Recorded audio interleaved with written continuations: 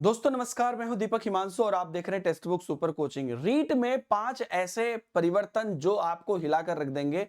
कुछ परिवर्तन तो बहुत ही अजीब हैं और इसके बाद मैं आपको एक परिवर्तन और एक अजीबोगरीब चीज हमारी तरफ से भी बताऊंगा जो सुनकर आपको बड़ा अच्छा लगेगा। तो 5 जो परिवर्तन है उसमें पहला परिवर्तन जो रीट में हुआ है वो मैं आपको बता देता हूं। शायद आपका ध्यान इस पर नहीं गया होगा और आप आधा देखकर मत कहिएगा कि अरे सर ये तो नॉर्मल चीज है, पूरी पढ़िएगा तब आपको पता चलेगा। जो आवेदन जो भी लोग भर रहे हैं, देखिए आवेदन पत्र में अपलोड किए जाने वाले पासपोर्ट साइज फोटोग्राफ आवेदन भरने की तिथि के 3 माह से अधिक पुराना नहीं होना चाहिए। आप कहिएगा सर ये नॉर्मल सब जगह रहता है कि 3 माह या 6 महीना से अधिक पुराना नहीं होना चाहिए। अच्छा, जो भी अपडेट है या जो भी चीज है, आप लोगों को अपना जो टेलीग्राम ग्रुप है दीपक हिमांशु सर टेक्स्ट बुक, उसके अंतर्गत मैं उसके अंदर मैं डाल दूंगा, तो उसमें आप लोग जरूर जुड़े रहिएगा। और कुछ जो जबरदस्त चीज अभी और बताने वाला हूं और उसकी लिंक्स वगैरह भी आपको क्लास में अभी मिल जाएगी। तो पहला देखिए, कहेगा कि सर ये तो कोई बड़ी बात नहीं, लेकिन बड़ी बात अब आती है कि 3 माह से पहले का फोटो नहीं होना चाहिए। अभ्यर्थी द्वारा आवेदन पत्र में जैसा फोटो दाढ़ी में या क्लीन शेव में लगाया गया है, परीक्षा हॉल में वैसी ही स्थिति में उपस्थिति दर्ज करानी होगी।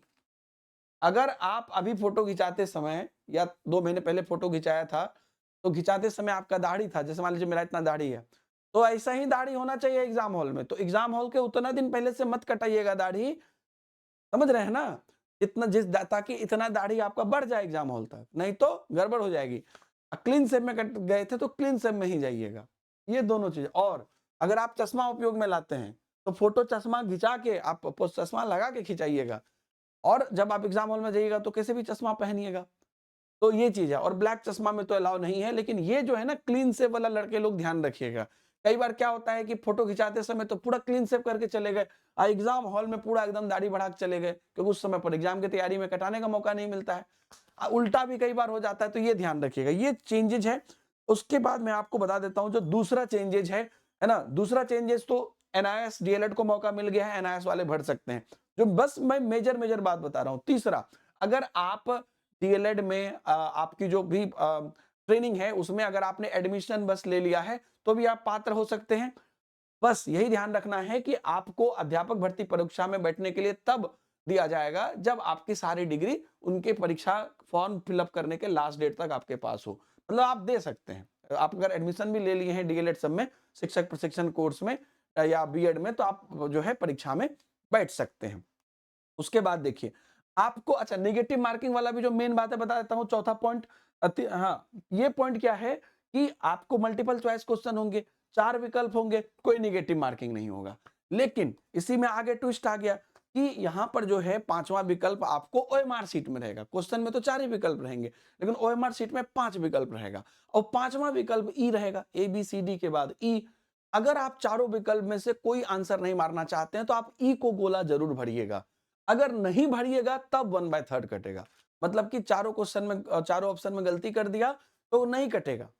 नॉर्मली नेगेटिव मार्किंग नहीं है, लेकिन जब गोला भरने जा रहे हो तो अगर ये क्वेश्चन मेरे से नहीं बना है तो एबीसीडी हम कुछ भी नहीं लगाएंगे, तो ई लगा देंगे। तो अगर वो नहीं लगाओगे तब 1/3 मार्क्स कटेगा। और 10% क्वेश्चन में अगर इस ढंग का काम कर दिया कि कोई भी ऑप्शन नहीं लगाया तो आपको अयोग्य भी ठहरा दिया जाएगा, है ना। ये भी अजीबोगरीब चीज। तो यहां पर भी आपको ध्यान रखना है कि आपको कोई ना कोई गोला भर के ही आना है। मेरा कहना है कि भैया जब निगेटिव मार्किंग सही आंसर या गलत आंसर पर है ही नहीं तो मैं ई क्यों भरूं, एबीसीडी में से ही कोई भर के चले आऊं, कहीं तुक्का लग जाए। ये चीज है। इसके बाद जो 5वां चीज है वो भी आपको शायद उसका हाफ पार्ट आपको पता हो, हाफ पार्ट ना पता हो। जैसे आप जानते हैं कि सिलेबस में बड़ा चेंज हुआ, सब जानता है क्या चेंज हुआ भैया। जैसे कि अब सीडीपी में भी एनईपी जुड़ गया बहुत बढ़िया से, समसामयिक बाल कल्याणकारी योजना इत्यादि राजस्थान की जुड़ गई। हिंदी में भी जो है बच्चे के जो समसामयिक चीजें हैं राजस्थान से जुड़ा हुआ वो सब जुड़ गया है। लेकिन एक और बड़ा चेंज हुआ है। अगर आपका लैंग्वेज 1, लैंग्वेज में अगर आपका लैंग्वेज 1 है और लैंग्वेज 2 है, तो अगर मान लीजिए कि आपने हिंदी या इंग्लिश या संस्कृत लैंग्वेज 1 में लिया है तो उसका सिलेबस थोड़ा डिफरेंट है। लैंग्वेज 2 में लिया है तो डिफरेंट है। हम लोग सीटेट की तरह क्या सोचते हैं कि अरे लैंग्वेज का सिलेबस है। लैंग्वेज पेपर 1, लैंग्वेज अगर आपने, है ना, भाषा 1 में लिया है, लैंग्वेज 1 लिया है, तो ठीक है। पेपर 1, लेवल 1, लेवल 2 की मैं बात नहीं कर रहा हूं। लैंग्वेज अगर 1 में लिया है ना, लैंग्वेज 1 लैंग्वेज 2 होता है, तो लैंग्वेज 1 में लिया है तो उसके सिलेबस में थोड़ा डिफरेंट है, ठीक है। और अगर वही आपने लैंग्वेज हिंदी ही, इंग्लिश ही, संस्कृत या जो भी है अगर आपने लैंग्वेज 2 में लिया है तो उसका सिलेबस अलग लिखा हुआ है, तो उसके सिलेबस को आपको अलग जाके देखना है, ठीक है। अब जैसे यहाँ पर इसको पूरा डिटेल में सौंदर्य को दिया है, ऐसे ही करके आपको एक एक चीज मिलाना है कि आपका कौन सा लैंग्वेज है और किस तरह से आपको देखना। ये तो हो गए 5 अपडेट उनके तरफ से, और एक अजीबोगरीब हम अपने तरफ से आपको बताते हैं।